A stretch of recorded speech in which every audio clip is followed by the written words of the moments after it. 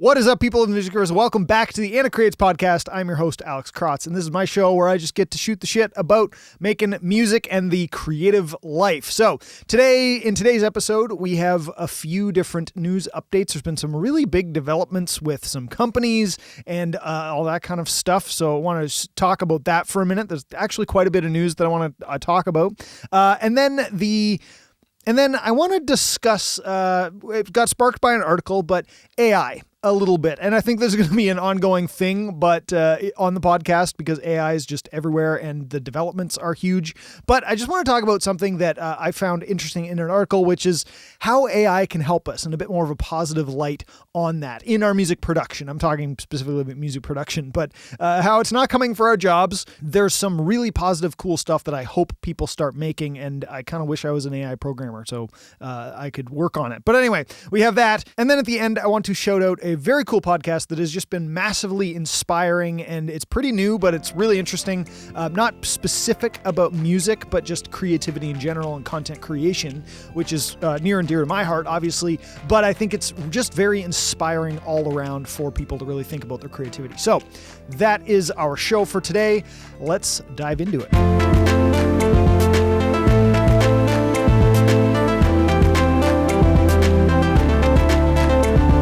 So the first thing is some new content from me, and that should be coming out this week or next week, very soon. I just sent the final mix off for mastering, and yeah, it's been a long time in the works, but I think it's one of my best creative challenge videos yet, and it has sparked a lot. I learned a lot making it, and it sparked a lot of different ideas moving forward as well, so I'm really excited about that. It is a collaboration with my good friend Malcolm Cottle, so yeah. Now, it's interesting because the challenge was to write a song in a day. Here's your little exclusive preview. But we wrote the song in a day. And so we wrote the song in like 5 or 6 hours or something like that. But it took over 20 hours to edit the video for it. And then, of course, mix the song, edit the song. I did that kind of after the fact. But we wrote the main bulk of the song. So it was like, oh, yeah, this is great. Well, a song in a day. But making the video took quite a lot longer. I was trying to figure out what to do. I didn't really have a great plan going into it, which you'll see in the video, which is kind of funny, but it turned out really well. I'm really excited about the video, so keep an eye out for that. That is coming soon. All right, moving on to some more company and the wider world news. First off, I wanted to talk about Apple. And if you know me, you know I'm a big Apple fanboy. But Apple had recently did their WWDC where they announced a couple things. And one of the things that is close to music creators' hearts is the Mac Pro, which has kind of been on the hasn't been updated in a while, and it was the last Mac that hadn't gotten Apple Silicon yet, so it was still in a transition, which I think was very late. I don't know what happened, why this took so long to get where it is now, because they said when they started doing the Apple Silicon reveal at the M1 chips, they said this is going to take about 2 years. It's been 3 or 4 years now since they started, and the Mac Pro was the last one, and it's been like a year since they did M1 chips, and the Mac Pro never got an M1. It's straight into M2s. So anyway, I don't fully understand why this took so long, because it's not really a reinvention of the wheel. It's like, here's the same chassis that we had, and we're going to stick an M2 in it.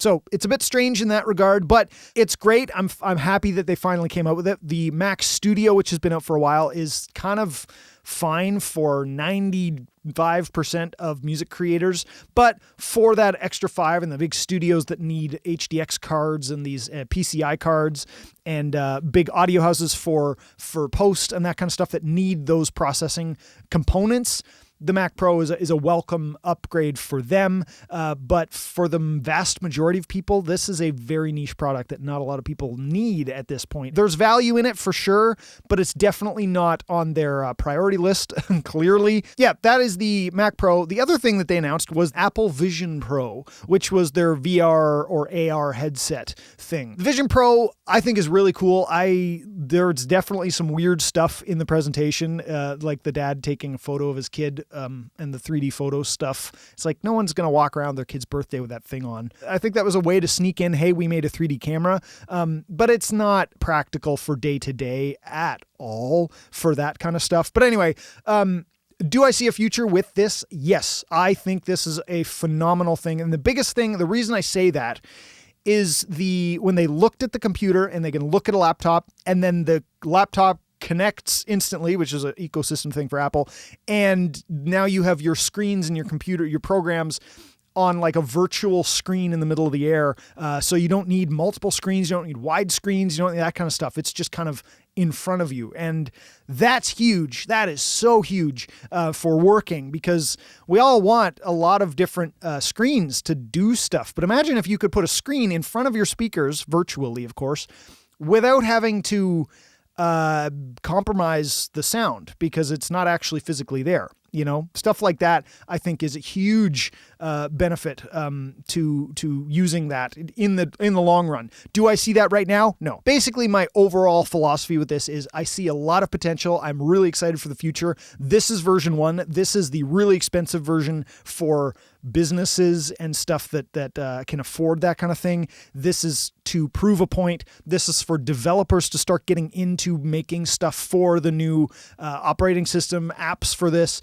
It's not there yet, but it's Apple, so they're going to put a ton of resources into this. So we know it's going to be around for a while. I feel the best about this and the most excited about this one versus any other VR, AR, or anything headset that I've seen in the past. This one is definitely the most exciting, partially because it's integrated into Apple's ecosystem, and that goes massive. That's a huge draw to it for sure. I want to see where it goes in the next 2 to 5 years, frankly, in the next couple versions, once they kind of iron out the bugs, get some really cool apps and stuff like that. You know, iPads were like, oh, iPads aren't going to do anything. Now they're controllers for all sorts of stuff, and like, it's super dope. So I can see Vision Pro going in that direction or something, and especially the screens thing. That's huge to me. I can travel with a laptop and this thing and have tons of screens that essentially tons of screens for working. So I'm excited about that.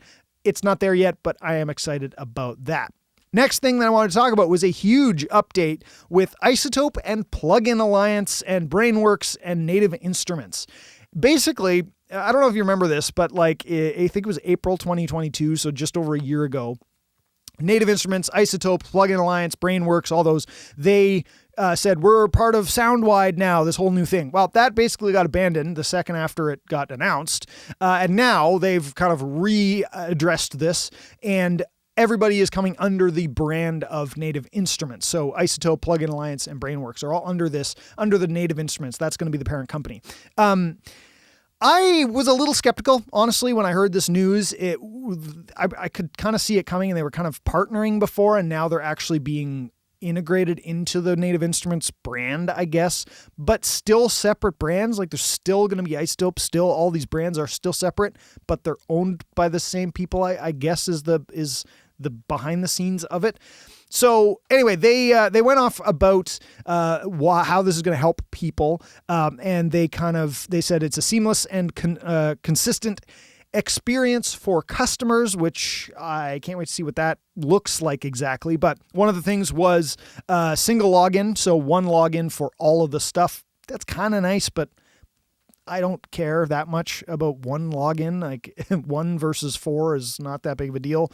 All installations through the Native Access. Now, this is huge because iZotope's installer sucks.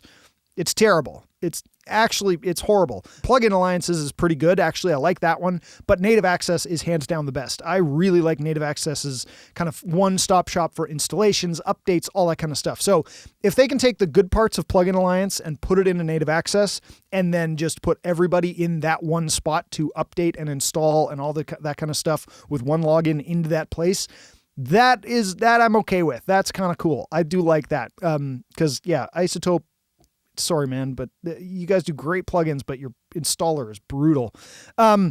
Unified Customer Care Center, which is neat.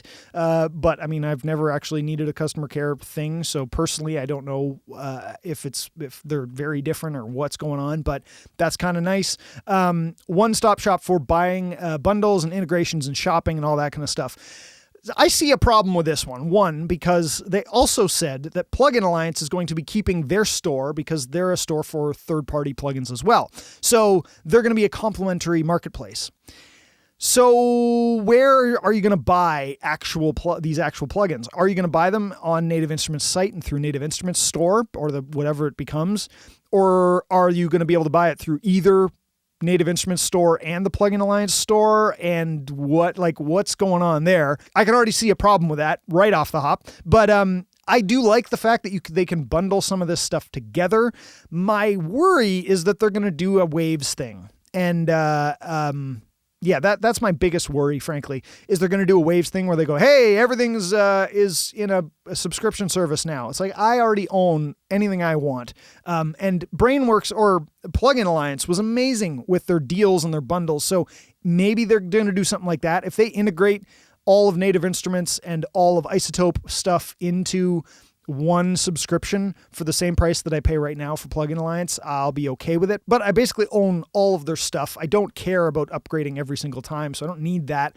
I've subscribed to Plugin Alliance for a long time and have kind of purchased a lot of the plugins with their deals, but they have they're phenomenal with their deals, and I'm scared that's going to stop. And then Native Instruments, I bought Complete and I'm done. I don't need to spend $1,000 a year on Complete to upgrade a sound library here and there. The other thing that worries me is basically what happened to Soundwide, and why are you changing this after this push on Soundwide? Their big thing, they said Soundwide wasn't a brand that was recognizable for the community, so they moved forward with the Native Instruments branding, which is fine. That makes sense. But why did you think it was going to be a good idea for Soundwide and to start this new brand and then go, oh, yeah, well, that's a new brand that no one knows.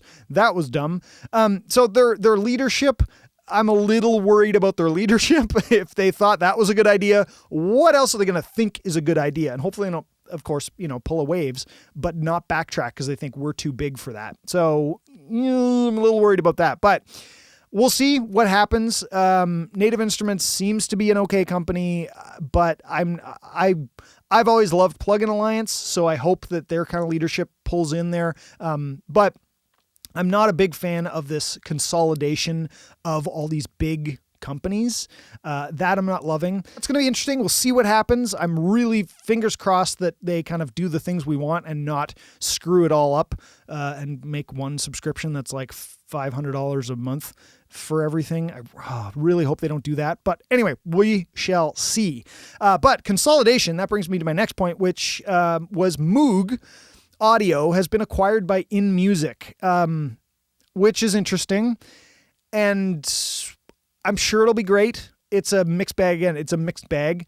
I don't know where it's going to go. It could be great. It could not be. Moog said in their statement that there's a bunch of cool hardware and stuff in the works, and being part of the InMusic family will help them achieve this and help it get it out there, get to new markets, all that kind of stuff. So hopefully it's more of they got purchased because they need more capital to make the projects that they have and to get it out to a wider audience. So it could be amazing and it could be really, really good. Moog has a great legacy, so I hope it's good.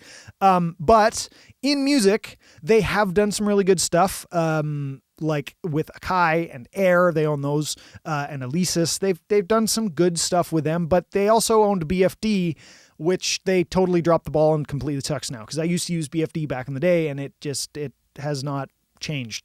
So they really botched that one. I'm not sure where this is going to go, but again, consolidation worries me a little bit. All these companies being bought up. I hope the best for Moog, and I can't wait to see what it does. I'm going to keep a positive mindset on it and see what happens. But yeah, that was a big piece of news. The next thing that I want to talk about, which starts our discussion about AI a little bit, is Waves StudioVerse. Now, I think this has been out for a couple weeks or something now. What it is basically in the Studio Rack plugin, they now have this StudioVerse thing that you can click, open up, and search for presets, upload your own presets. And it has an AI aspect to it that analyzes the sound that you've put the plugin on and gives you suggestions based on that as to what presets would work. So it kind of knows what the preset was created on, what music it was created on, and what your music sounds like, and it kind of pairs that together. So obviously Waves has a lot of different people, a huge amount of presets, all that kind of stuff. So if any company can pull this off, it's probably Waves, but you can load up different presets from different creators, different people that make these things that are more tailored to the song and the sounds that you're working on, which is kind of exciting because one of the things with presets is you pull up a preset and you don't know what 2A Destroyer is. What the heck preset is that supposed to be? What's it supposed to do? So you load it up and then you have to play with the settings and tailor it. And a lot of people, especially the more you mix, the less you use presets in that regard and you make your own, because you don't want to tailor, you don't want to have to worry about adjusting a preset back to what you would normally do. You just know how to get there faster, or you have your preset that you know what you're doing, or your batch of presets, which I think is really the way to mix. But this is kind of nice where it can help you give some advice on this. Now, I don't really foresee this being that helpful for creative mixing, but I will say that it would be very helpful for cleanup mixing. So when you pull up presets and go, I want a rock kick, and it kind of detects where's the muddiness in the kick, where's this, the stuff that I'm going to have to do anyway and find, and like it's pretty normal. It's cleaning up. It's getting the tracks into a place where they're kind of ready to be creative with. This might be able to help with that, but I don't fully see how overly helpful it is for the day-to-day professional. I think for people getting into music creation, it's kind of cool because you can download stuff and have presets that are tailored to your music and learn from those instead of learning big rock kick that is presets and you're kind of trying to learn from the preset, because presets are great for learning, but it's not the right preset anyway based on what you already have. So that kind of defeats the purpose a little bit. And then you learn the wrong things. And anyway, that doesn't help. So I think presets are really cool and helpful for learning. I don't know how helpful they are for general sharing between professionals, but I'm interested to see what your thoughts are. Leave a comment and let me know what you think of Waves StudioVerse. Is it cool? Is it good? Are you going to use it? Do you use it? And is it helpful? That leads me into the next topic, which is how AI can help music production. This is a huge topic, and I think one that's going to be revisited a lot. But the thing that I wanted to talk about was what I see AI might be able to help us with. So people are kind of scared about this whole notion of it's going to take our jobs. It can mix for us. You know, when you look at iZotope and stuff like that, they have like mix assistants in there where it analyzes the audio and it gives you ideas for what to do. I've never found those very helpful, to be honest. I've tried them a few times, and every single time I'm like, this sucks. This is not the setting I want. This is not all what I want.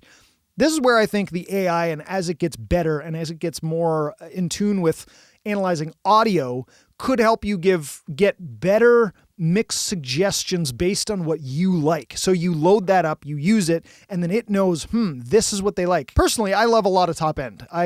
My buddy teases me about this all the time. I like top end on my mixes. I like things pretty bright. So it would learn that, and it would know this is what he likes. These are the frequencies he likes. This is kind of what the vein of his stuff is. And that could be very helpful, or it kind of understands based on the music that it's getting and based on the decisions I've made in the past, here's how to use it, or here's what it might want to do.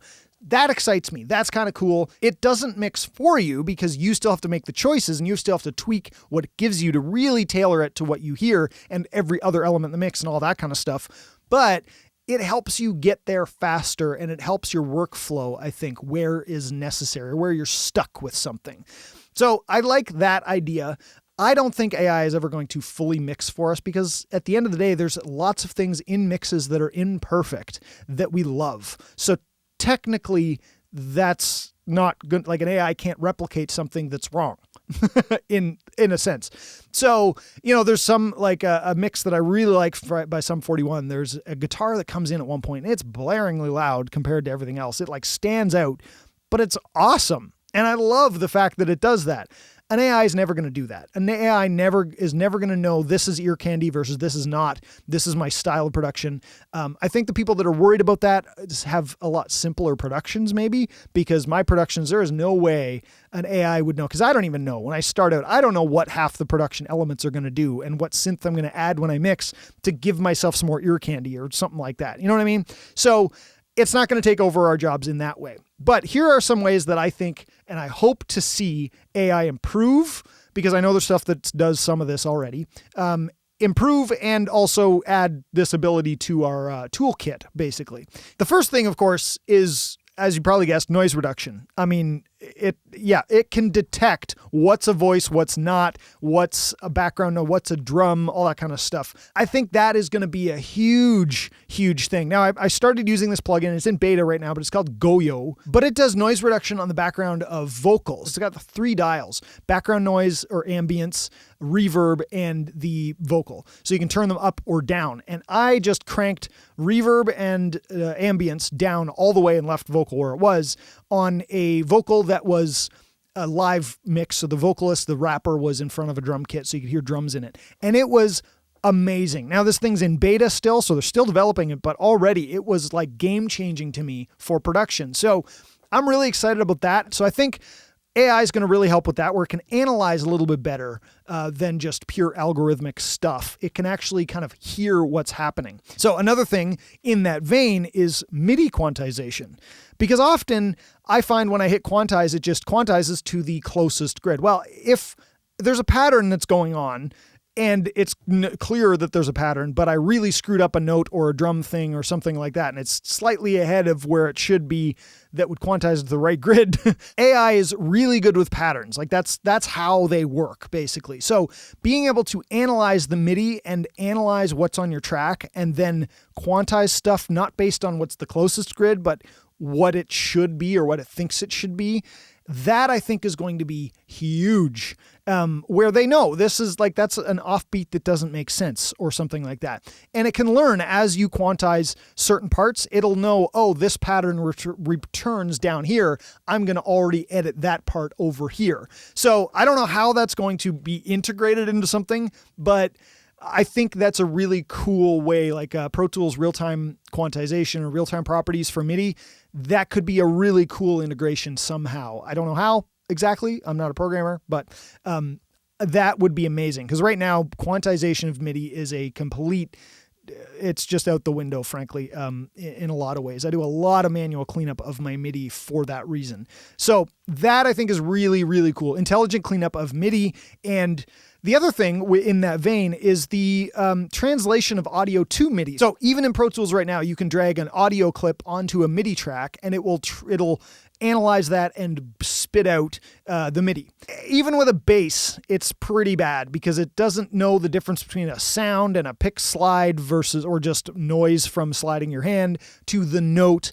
It doesn't realize that the beginning of the note where there isn't really a tone, it's the pick hit or something like that in a bass guitar or a guitar or something like that. It doesn't know that's what it is, so it starts the note late, or it adds a wrong note or something like that. Whereas an AI version of this can kind of analyze it from a wider perspective and go, this is the note, this is where it starts with the pick scrape, this is a guitar, that's what's happening. I think that is super exciting, and I would definitely be using that, because the amount of time that I have to drag like a bass and then make it MIDI to use as MIDI for a synth or something like that, oh my God, or a guitar that I want a bass out of, like, I think that could be super, super helpful to have MIDI, the ability for it to detect that and know that kind of stuff. Because it's not visual as much as it is both auditory and visual. So we're really good at it. And it's a lot of repetitive tasks. So, and then the other, one of the other main ones that I would love to see is to help with drum editing. And what I mean by this is tab to transient for drums is fascinatingly bad. Actually, when you have like a kick drum and it's like, I can tell where the kick hit starts, but why are you tabbing into the middle of this transient? I want the beginning of this transient.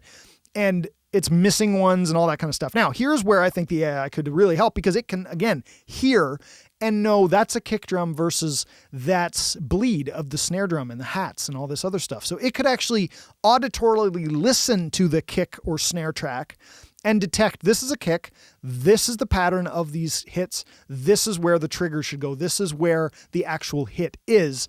So it'd be like a tab to transient, but way more accurate depending on what you want. And again, it can learn from what you do, and you can kind of teach it, or it can like notice your patterns as you're going. So you do the first 2 bars and then it can do the rest, kind of something like that. I think that would be amazing. Things like that, I think, could be really, really helpful with AI. Now, the reason I'm so optimistic about AI is because I can see it doing the repetitive, boring tasks, the cleanup tasks, the prep tasks, with a little more finesse than is available at the moment with like a SoundFlow workflow where it really depends on being exact, whereas this could kind of detect more stuff. So I think that's really exciting, which opens up more in the way of creativity to me. It opens us up for more of the fun part of our job. A lot of the times for, say, a mixer, we spend a lot of time prepping the session, and then we spend a lot of time like tweaking and fixing and kind of getting stuff where we want it just so that it sounds kind of good, cutting triggers for adding samples or just making everything kind of a relative balance based on what they sent us, because now it's a bunch of tracks, stuff like that. That's what we spend a way too much of our time doing. And then we're kind of like, okay, yeah, and I got to mix it. I got to be creative. So then you add a few creative things and then you're done. This would allow us to get that out of the way and then be creative for 75% of our time instead of 35% of our time, because we got all the repetitive crap out of the way faster. So if we can speed those things up, that allows us to work on more projects and have more fun making those projects. So I am of a firm believer that they're not going to be taking over mixing and production for us, although people are worried about that because there are AI generated songs. But people are still going to like to make music. Artists are going to still need engineers and mixers because they are making music. Yes, AI can make songs, but that doesn't address the creatives that want to make music still and then want it to be recorded and then get it out there. It can make a bunch of generic sounding stuff, sure, but like it doesn't help the creatives, and it doesn't help that people still want things that are imperfect because they were made by humans in that way. So I'm not that worried about it. I can definitely see why people are worried about it, and there's a lot to figure out. But I'm generally pretty optimistic that it's going to be very helpful for us and give us tools to make great music and do more of what we love to do. So that is my slight rant on AI. I don't think it's going to replace us mixing. I don't think the future of AI is the Native Instruments assistance style stuff, except for cleaning up audio. I think it's going to take care of more repetitive, laborious tasks that we just don't want to do, like better editing and that kind of stuff, which I do like editing to a certain degree, but it would be really nice if like Melodyne could detect this is a word and is on the same line. AI might help with some of that detection a little bit better. You know what I mean? Stuff like that. So that is my 2 cents on AI for this week. I think AI is going to be a topic that continues to come up because there's a lot of development in that area. So let me know what you think. Are you optimistic about AI, or are you worried about AI and want to give up creating music? Which side of the spectrum are you on? Where do you sit? It's an interesting discussion because no one's right or wrong because it's right in the middle of this being created. So let me know in the comments what you think of AI. Now, before we close out, I did want to give a shout out to 2 things. One is Fremont Pike released their music video for the song that I talked about last week, which was Dead President Park. Awesome, super fun video. Go check it out. The link will be in the description below. Really good. Well done, guys. Congrats on that. The next thing I wanted to talk about was a podcast that has I've watched every episode now because it's pretty new, and it is called Digital Spaghetti. And it's definitely one of my favorite podcasts now for creators and creativeness in general. And it's hosted by Jack, the CEO of Patreon. So it's very interesting. That guy is really inspiring in the creative realm. He's the CEO of Patreon. He created Patreon. He's the co-founder of Patreon. And he's in 2 bands that do quite well. He makes his own YouTube videos. He has the Digital Spaghetti podcast now. It's just awesome. So one of my favorite episodes was the episode with Van Neistat, who is Casey Neistat's brother. Now, I'm a huge YouTube guy. I love YouTube. So I was a huge Casey Neistat fan. And Van makes some really good videos as well. But that was just a really interesting chat about creativity in general. And yes, it is a little more aimed at videos, sure, but music-wise, I mean, Jack is a musician. He's in Pomplamoose and Scary Pockets, both quite successful bands. So there's a lot of cool insight that he pulls for music as well. So go check out Digital Spaghetti. It's absolutely amazing. And I'll link the video version of it in the description. So yeah, it's Definitely one of my favorite podcasts at the moment. So go check that out if you want some cool creative insight. But that is it for this episode. Thank you guys so much for watching and listening. Leave any questions you have in the comments below, and also anything that you want to hear my 2 cents on. I was looking for cool stuff to discuss. But anyway, that's it for now. I will catch you in the next one. Until then, always be creating.